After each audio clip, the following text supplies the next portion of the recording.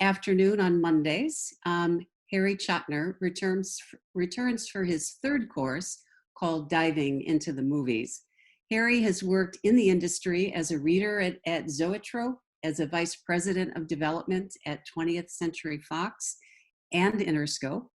But all of that background sort of pales in comparison to Harry's passion for film and history and his understanding of narrative and human emotions. Harry Chotner, Diving into the Movies. Um, Susan, thank you for that overly generous and therefore wrong introduction, but I do my best. And I'm really glad to be connected to Ollie and appreciate everything you guys do, especially Susan and Sean. The course is going to be what you might expect a movie class. We're going to see half a dozen movies. I'll give a lecture on them, then we'll have a discussion of them. The way I tend to look at movies is in two things. What makes it a work of art? I wouldn't be showing it if I didn't think it was a work of art in some way. So in what ways is it? What are its artistic values that we can explore and learn from? And the second thing is its content. Try to understand the characters, the relationships, the themes, the values, the politics, etc. So that's what we'll be doing and talking about. And somebody said I should give my philosophy of film, and I would do that, except I don't have one.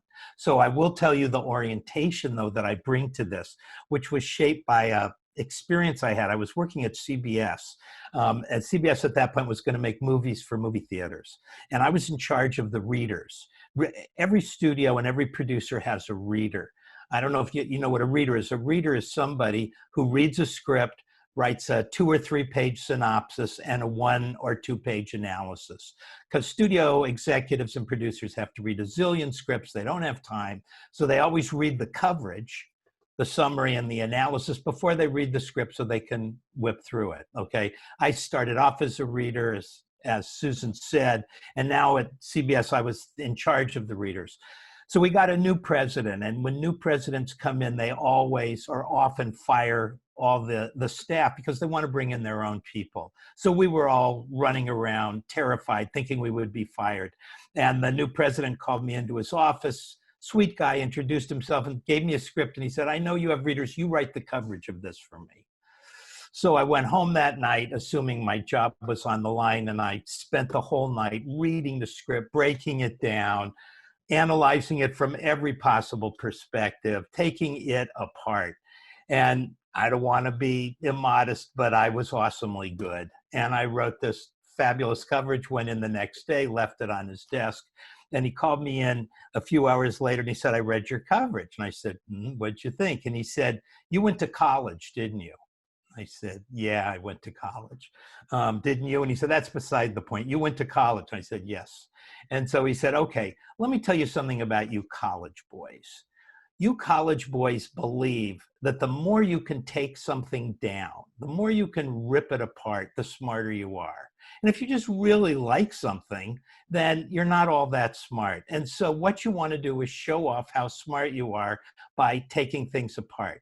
Well, let's work with an assumption. 99% of all the scripts that get written are shit. 90% of all the scripts that will ever get are shit. That's a given. It's not helpful for you to tell me why this is lousy. What I need for you is to read a script and find something of value. Tell me that it's a lousy script, but the writer has a great ear for Southern idioms, so we should use this woman for a rewrite. Or it has a location that you've never seen in a movie before, and so we should think about using this location. Or it's a terrible drama, but somebody should redo this thing as a comedy. Find something of value. And I was chastened, embarrassed, and it was the best advice I ever got. And it wasn't just the best advice for how to write coverage of movies, it was the best advice I ever got for how to think about movies. And basically what happens in the class is I wouldn't be showing you the movie if I didn't think it was good. That's a given.